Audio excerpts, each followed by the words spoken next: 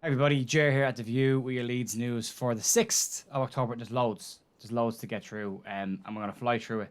We're going to cover some stuff about the Premier League wages and where Leeds sit in that table.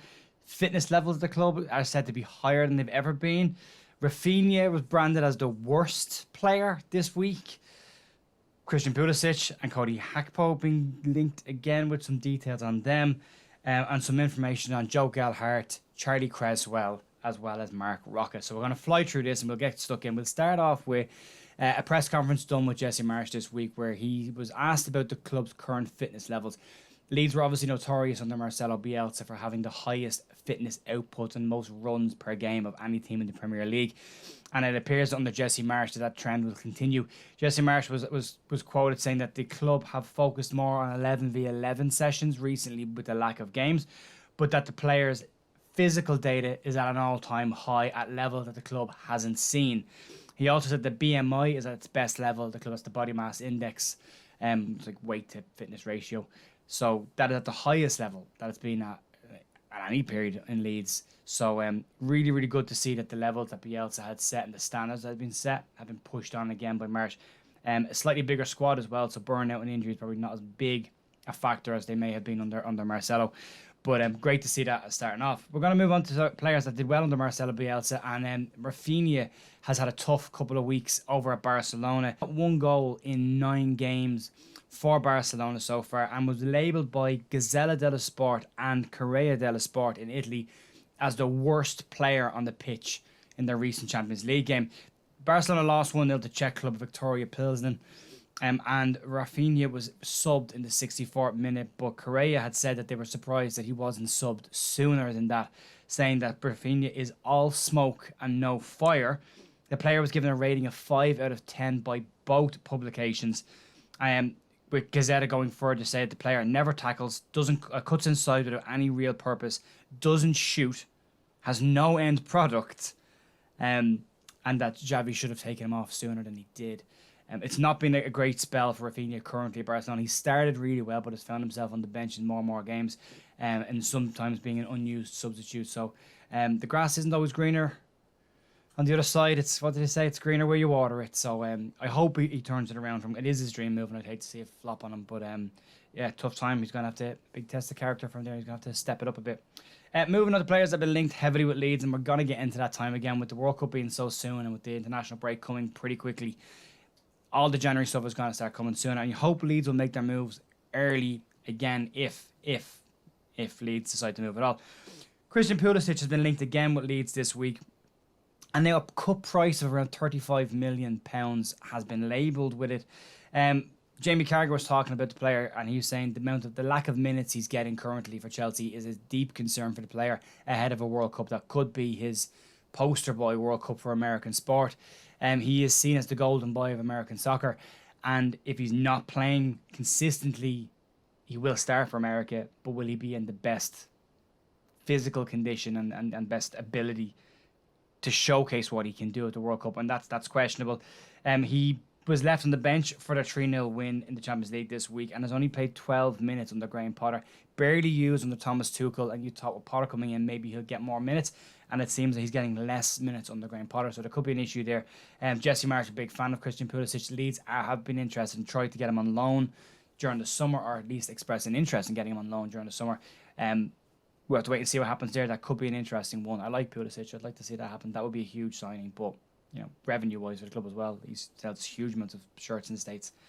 Cody Gakpo, again, I know, we're going to keep this, every time I say Gakpo, put a penny in the jar, we'll be rich by the end of the year.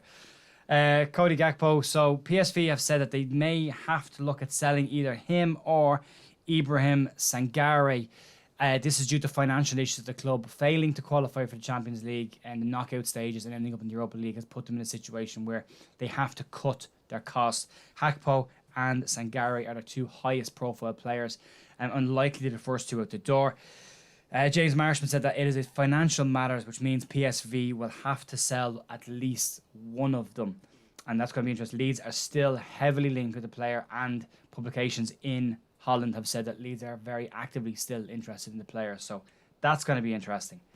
Moving on to some other news, and let's just talk briefly about this. It came out today, the Premier League's wage table, and it's actually very interesting reading. Leeds are currently bottom of the wage table with the lowest wage bill. Won't surprise some people in the Premier League with a wage bill of just under £17.5 million. When you compare that to Nottingham Forest and Bournemouth, who have bills of £24 million, Everton £45 million, and Aston Villa £65 million. Those teams that are in that bracket that we always get linked with players, significantly higher. When you get to the top 5, it gets crazy. Arsenal's is 85 million. Sounds like an awful lot compared to Leeds, 17 million, and then it goes absolutely nuts. Man City, 144 million. Chelsea, 150 million wage bill. Liverpool, who don't spend any money apparently and are managing the Premier League on a championship budget, are spending 153 million on wages. And Man United are top of the pile by an absolute mile with nearly 200 million more than Leeds with a £212 million wage budget. Absolutely crazy. Leeds, you can understand why Leeds published figures of no debt recently, with a wage bill of 17.5 million compared to Man United's of 212 million, or even Aston Villa's of 65 million. It's significantly less. It's good management. I don't want Leeds to do stupid things. I'd like to see us spend money when we have it, but it's important the club is sustainable as well, especially with a potential buyover coming out as well. So that's that one. Moving on to some interesting news. Adam Pope on the Don't Go to Bed Just Yet podcast this week was asked about the Joe Gelhardt situation that happened during the week, and he said it's a strange situation currently, and you got to start wondering where it leaves Joe Gelhardt. Willie Gnonto being pushed onto the bench is an Italian international. You got Pat Bamford, who's coming back from fitness, Rodrigo, and you look over your shoulder, you got Sonny Perkins, who's doing incredibly well with the under-21s, albeit in the second division of the under-21 Premier Leagues. And Matteo Joseph scoring goals for fun as well. And if you look at that, and then you look at Gelhardt not making the bench and being bumped back down to 21s for the Papa John's trophy, it leaves him in a strange place. And he said he may be a situation where Gelhardt has to look at going out on loan in January. Leeds won't want to lose him permanently or at any point maybe, but that it may be a situation where for his own development and to get to the next stage where he can push Bamford. I think you're only probably looking at 2 more years of Pat Bamford at Leeds team before they look to replace him anyway. And Rodrigo's hitting 30 so as well. So those players are going to phase out, and you could see a situation where the younger players are pushed on soon.